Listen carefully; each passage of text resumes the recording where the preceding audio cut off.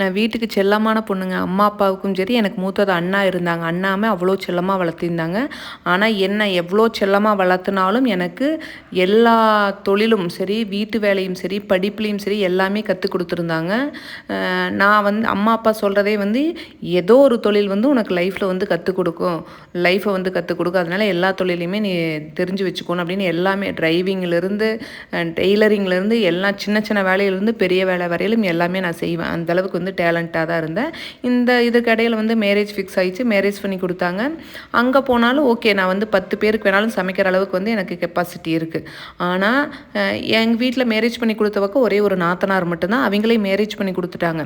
அவங்க வீட்டுக்கு வர்றாங்க அப்படின்னு சொன்னால் 10 days ஒன்று வந்துடுவாங்க. வர்றாங்கன்னு சொன்னால் தடபுடலாக விருந்து செய்யணுங்க. சிக்கன் எடுத்துகிட்டு வரணும், மட்டன் எடுத்துகிட்டு வரணும், செய்கிறது கூட எனக்கு பிரச்சனையில் செஞ்சுருவோம். அதுலேயும் ஒரு குறைய கண்டுபிடிச்சி அது கஷ்டமாக இருக்குது, இது நல்லா இல்லை, அப்படி இருக்குது, இப்படி இருக்குதுன்னு சொல்லுவாங்க.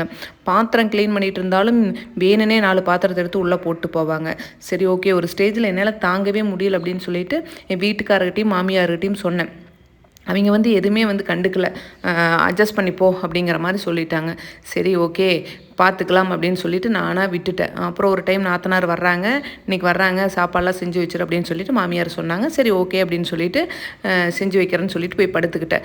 நாத்தனார் வந்துட்டாங்க, போய் ஏதாவது கொண்டு வந்து கொடு அப்படின்னோடனே தண்ணி கொண்டு வந்து கொடுத்தேன். ஏன்னா தண்ணி கொண்டு வந்து கொடுக்குற, சாப்பிட்றதுக்கு ஏதாவது கொண்டு வந்து கொடுனாங்க. பழைய சாப்பாடு இருந்தது, கொண்டாந்து கொடுத்தேன். 2 பேருமே சரி 3 பேருமே என் நாத்தனாரும் சேர்த்து தான் என்னை முறைச்சாங்க. நான் ரூம்குள்ளே போயிட்டேன். பின்னாடியே என் கணவர் வந்து என்னை அடித்தார். நானும் திருப்பி அடித்தேன். எத்தனை நாளைக்கு தான் நான் குனிஞ்சு போக முடியும்? எனக்குன்னு ஒரு ஃப்ரீடம் இருக்குது. நான் வந்து இப்படி தான் நீ இருப்பேன், இஷ்டம் இருந்தால் இருக்கலாம், இல்லைன்னா அவங்கள போக சொல்லுங்கள் அப்படின்னு சொல்லிட்டு நாத்தனாரையும் சரி மாமியார் அதான் ஃபஸ்ட் டைம் எதிர்த்து பேசினேன். இவளா இப்படி பேசுகிறா அப்படிங்கிற அளவுக்கு ஆயிடுச்சு. நம்மளுக்கு வந்து ஒரு மதிப்பு இல்லாத பக்கம் நாம் வந்து அடுத்தவங்களுக்கு வந்து அடிபணிச்சு போகணும் அப்படிங்கிற அவசியம் கிடையாது.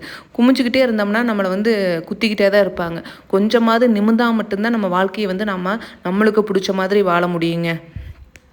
எதுவுமே ஒரு அளவு தானே, அளவுக்கு மீறி போனால் வந்து அமுதமும் நஞ்சு அப்படிங்கிறாங்களே, அந்த மாதிரி தான் எல்லாமே. ஒரு சில விஷயங்கள் வந்து நம்மளுக்கு கோபம் வரும். கோபம் வந்ததுன்னா அது எங்கே போய் நிற்கும் அப்படிங்கிற அளவுக்கெல்லாம் இருக்காது.